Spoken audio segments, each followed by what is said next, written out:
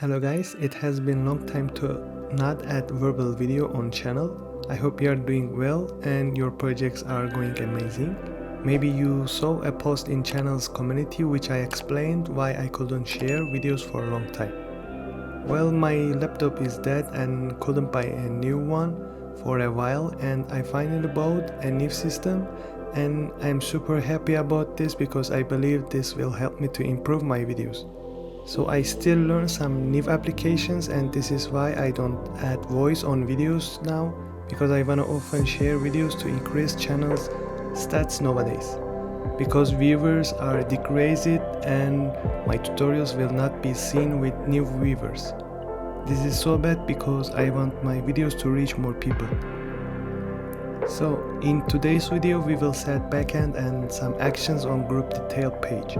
I wanna say that this new content will continue and will be finishing soon. I plan to make this template easy and effective project for community app type, so you will get new episodes quickly. I plan to share 3 videos in a week. When I feel I learned new editing videos well, then I will talk in videos more. Until then, don't forget to like videos and subscribe to channel. If you don't understand something in tutorials, comment below. I will try to be more active in comment section. Thank you for watching and have a nice day.